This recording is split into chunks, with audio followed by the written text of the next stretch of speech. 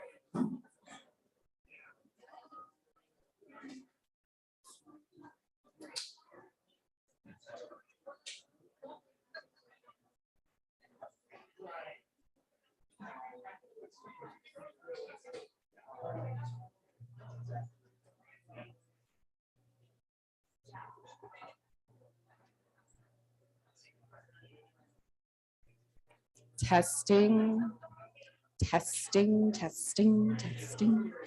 Y'all, these seltzers are tasty. An excellent morning beverage. Mango hard seltzer. It's basically juice. It's juice for your morning. All right. Sounds good. Everyone can hear me?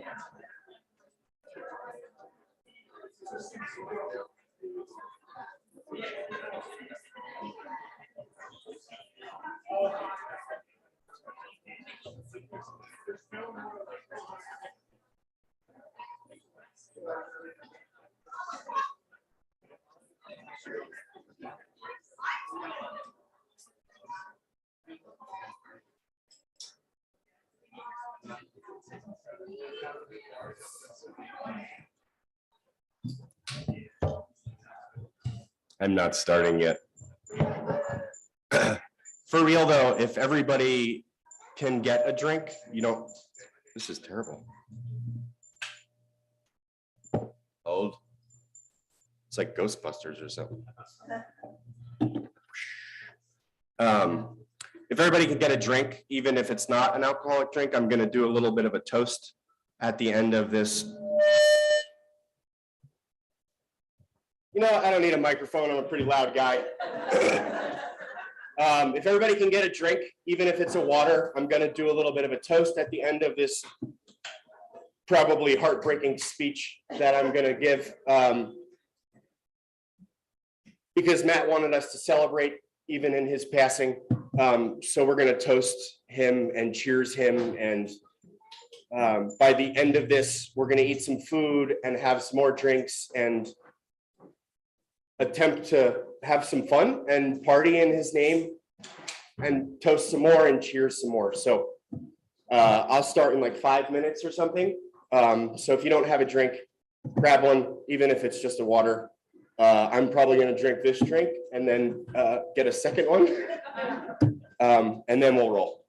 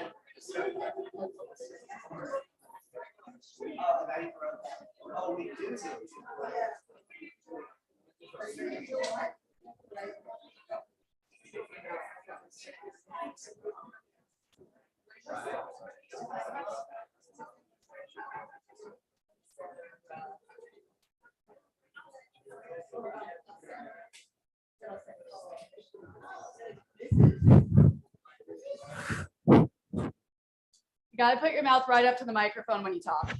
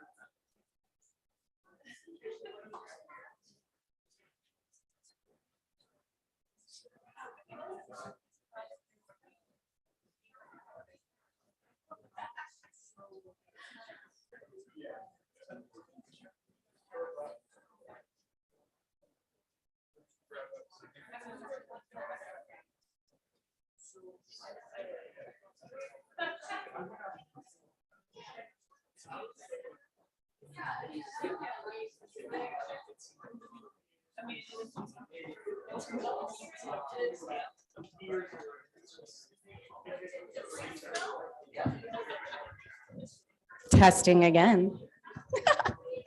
Okay. Can everyone hear me okay? Awesome. All right.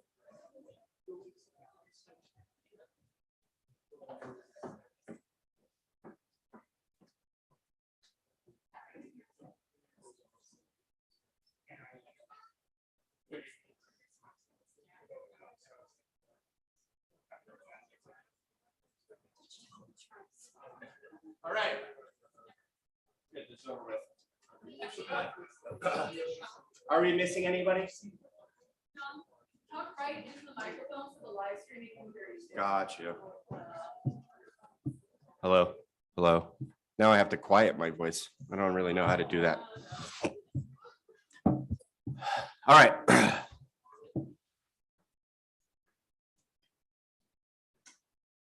Hold on, I need a water. One more thing.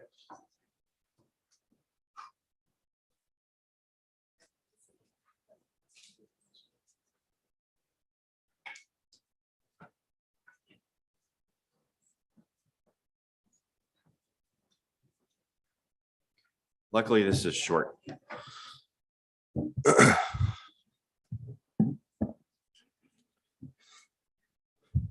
It's a daunting task to write a eulogy, to try and sum up the person you're speaking of in some words to a room of all people, when you couldn't even possibly do that person justice if you had all the time in the world. It's even harder when that person you are speaking of didn't want you to make a fuss over him, and his only wishes were for you just to celebrate him and party on. This task feels even more insurmountable when I feel like I was just too recently giving a speech of a much different tone at a Zoom wedding reception with Emily. Butchie was like a brother to me. I could tell him anything that I needed to get off my chest. From happy stories to likes and dislikes, we would banter about everything: movies, foods, books. Yeah, Butchie and I did read books. I told him all these things, always knowing that what I said would probably make it around to all of our friends. We all know Butchie was a bit of a yenta.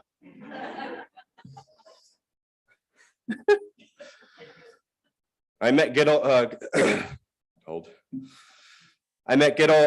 Matthew Kassoff probably around 1992.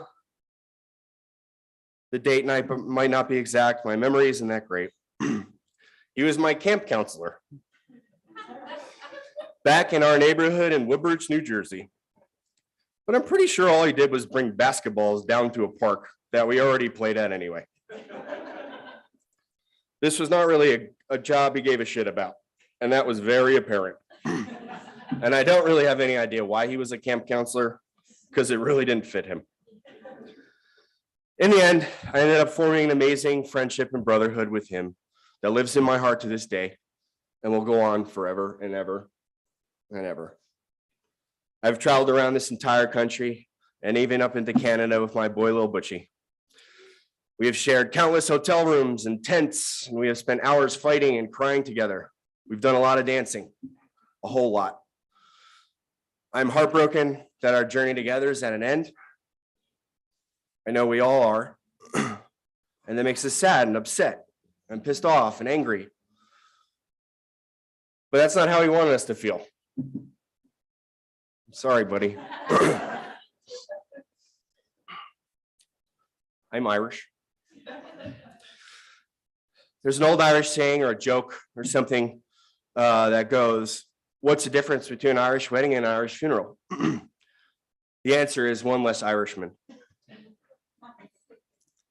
Although Matt Butchie, unless I'm mistaken, doesn't have a drop of an ounce of Irish blood in him, the sentiment is the same. He wants us to celebrate his life and not mourn his death and keep on partying. Living life and not dwell on his passing.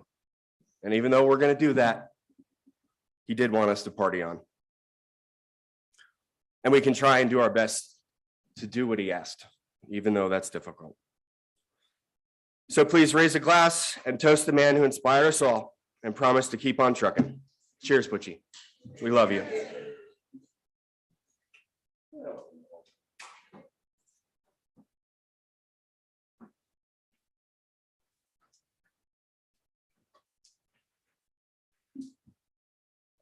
For those of you who don't know me, I'm Emily's dad. And Emily told me that for Matt's memorial, she didn't want, Matt did not want people wearing black, dark, depressing clothes. And Jeannie turned to me and said, that eliminates your whole wardrobe. So Emily gave me one of Matt's shirts, and I'm wearing it today as a tribute to him. Sorry. We made a few trips to Denver in the last year, and so lucky to meet many of Matt's relatives and so many friends. Jeannie and I were just blown away at the number of friends that Matt had. And not just fair weather friends. I mean, the kindness and generosity of Matt's friends is in itself a tribute to Matt's character. So what can I say about Matt that you don't already know? I mean, out of everybody here, we've probably known him the shortest amount of time. But I think that was the amazing thing about Matt is once you met him, maybe just once, it's like you're a friend for life. Emily and Matt came in about a year ago for a baby shower, and Matt and I went out and met up with a few of my friends, and it was amazing how Matt connected with these guys, a generation older than him, and they loved Matt. And what was not to like about Matt, I mean, he loved sports. Of course, he was a big Rangers fan. He and I both loved college basketball. He loved music. Of course, everybody knows he's a big Fish fan, but he knew the music of my generation better than I did. I was amazed. I mean, he would be listening to 70s music, and he was an avid reader, and that endeared him to our whole family. We're all big readers. And as we found out through his blog, he was also a damn good writer. So what kind of guy was Matt? He was the kind of guy that lived life to its fullest, made the most of the time that he had. And he was the kind of guy, just the kind of guy that you would hope your daughter would marry. And we were proud to call him family.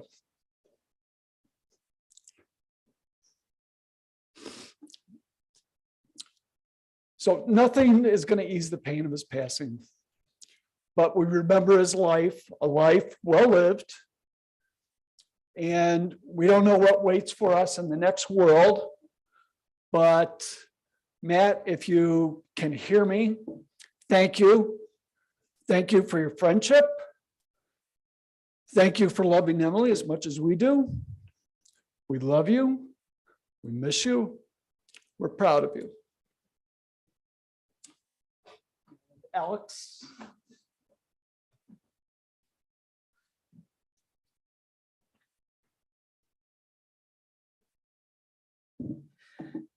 Hi, everyone. I'm Alex Corcoran. I think Emily asked me to speak for comic relief because I'm notorious for dissolving into honking sounds at any sort of emotional thing. I've never spoken at a memorial before. Sorry.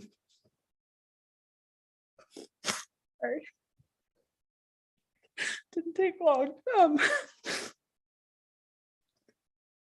And I was really struggling with what to say.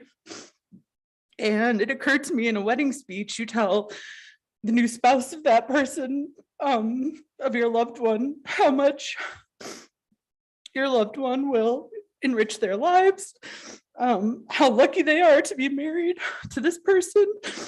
And, you know, I had the honor of doing that a few years ago, too short a time ago for Emily and Matt. And so I thought today I would speak to how beautifully Matt enriched Emily's life and everyone in her orbit's life by extension. And so I just listed out a few things. So one was knowing exactly who she is and loving her so hard for it. We exchanged so many texts where I just felt like, man, my best friend is really seen by this person, and that is so special. But he also knew when to lock horns with her. And at the right moments, he challenged her to dig deep, which is a huge thing to have in a partner. Using his extensive Chase Sapphire card expertise to travel the world together and have beautiful experiences together in Spain, Portugal, Italy, New York, Chicago, New Orleans, Hawaii, most of the American cities known for barbecue on Fish Tour, missing so many. And I would be very remiss to not dive in a little deeper on the Chase Sapphire thing, because Matt hounded me to sign up for that credit card. And then I was so excited to tell him I had, and he shamed me because it was the preferred and not the reserve. And he said, "You're leaving money on the table, it pays for itself." So I just want to let you know, Matt, I paid for my entire honeymoon with that bad boy, and I know you're proud. Yeah, I brought applications. You're welcome, Chase. Swipe up. Food photography, but really joie de vivre. Emily will describe a great meal to me, and I will ask for a picture, and maybe 1 out of 10 times I'll get a poor quality picture. And then Matt came into her life, and that really changed. He would send me beautiful photos of all of their meals together. I love food. And he'd also sometimes send me the menus of where they were going to be eating ahead of time and tell me what he was planning to order so that I could also look forward to the meal alongside them. But he was so good at being excited about life and his plans and really soaking in the experiences he was having with his love. I think he really showed her that people are mostly good, and if someone isn't being good, be direct with them and give them a chance to explain themselves. But if they're really not respectful or respecting your boundaries, you can tell them to scratch. I think that's what you guys say in Jersey. I'm not sure. I say kick rocks. That depending on another person and allowing them to care for you and caring for them in return is one of the most essential parts of being a human being, sometimes beautiful, sometimes painful beyond measure, sometimes both at the same time. I'm honestly doing so much better than I thought I would. I'm getting married soon myself, and as you're reflecting on what you want your own marriage to look like, you find yourself looking around at the other marriages and long-term partnerships as a guide, kind of cherry picking what you want from the other successful unions that you see. I'm so sad and mad that we're here just 2 years after I gave my reverse speech at the wedding, but I'm so, so grateful for how well Matt loved this girl and how well she loved him in return, and the beautiful things they got to experience in too short a time, and for the amazing example you guys set. I really appreciate it, and I love you so much. That's it. Now I think Mara's gonna speak. I don't know for these security complaints, but people who know me know I shouldn't be walking up any stairs near anything that's on fire. I know. I'm Mara, Matt's oldest sister. This is Naomi. his younger and shorter sister. Sorry, what? Better, much better. In our family, Butchie was most often called Matt or Matthew, and we called him Matthew B a lot. Since he was born, he was my sidekick. Both he and Naomi were always my best friends. And no matter how much we argued, which was like a lot, or we're annoyed with each other, which was also like a lot, especially I'm like the oldest, I had to sit bitch in the back seat because the two of them would fight with each other for looking out each other's windows. We always stuck together. We still always found things to laugh about, to unite about. I'm sure our mom could tell you stories about that. And Matt used to say that the three of us were a team. And as you all know, because you're here, relationships were the most important thing to my brother. That and his stupid fucking tough love. Yeah, that's right. Because I know that most of you have also been on the receiving end of that brutally honest, yet loving truth-telling that he did. When I was trying to think about what to say today, I got really stuck, and it really sucks. Like really sucks, because he's gone. And I'm still in disbelief about that. And when I thought about, all these great memories, which Alex and Dave, knowing him for just such a short period of time, you guys know him so well. And John Boy, knowing him for our whole lives, I got really overwhelmed. I know you can't tell. And my brain and my senses were just sort of flooded from too many things to choose from and to pick from to share with everybody today. And so Matt would often say to me, "Too soon, Mara, too soon." And so that's how I felt about trying to pick memories. So instead of sharing a few memories that I felt like weren't enough today, I thought I'd share how my brother made me feel, because I have a hunch that he probably made those of you in this room feel very much the same way in some way throughout the course of your friendships and relationships with him. My brother made me feel loved, whether it was through hours and hours of texting about TV shows, through hearts to hearts over the phone or FaceTime, or time spent together in person. Matt's big heart and the love he had for me were never something I questioned. My brother made me feel immense joy with that infectious laugh and that adorable fucking smirk of his. It was hard to feel anything but joyful when sharing experiences with him. His passion for living, both before his diagnosis and even more so after, resonated through his entire being and spread to everyone he connected with. My brother made me feel annoyed. Annoyed by his frequent indecision about anything. Thank you. Anything and everything, from which restaurant to eat at, from what to eat at the fucking restaurant, what shoes to buy, which of the fucking shoes that John Boy picked out should he get. It didn't matter. This would go on for a month sometimes before he would commit. It was very annoying. And I was often annoyed because he was often right about the things that I hate that he was right about. My brother made me feel proud of him for doing hard things our whole lives, not just after his cancer diagnosis. I was proud of him for speaking up when it was not easy to do, for sticking to his guns about things he believed strongly in, for making hard choices that always resulted in bettering his life, and taking risks that he was afraid to take, and they always paid off.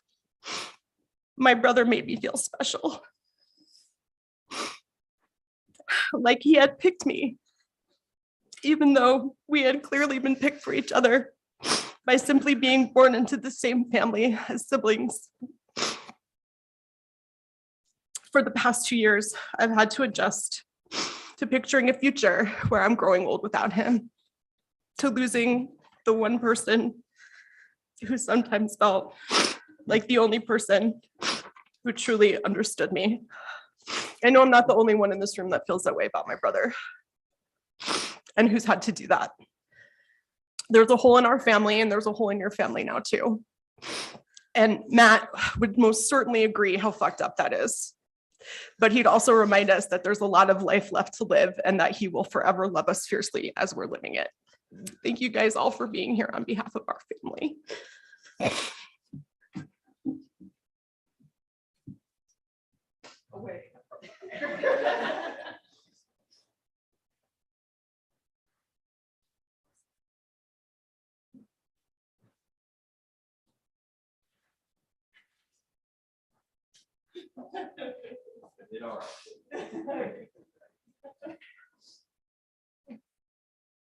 right. So once again, I'm Irish, and usually at Irish funerals, you kind of stand around and look at the body for like 4 or 5 hours. For some reason, there's never alcoholic beverages. There's just like those little like cone cups of water in the corner that everybody's standing around. Anyway, so I didn't order the food to get here until 12:30. So now that we have done this all very quickly, there's no food yet. Oh! Disregard everything.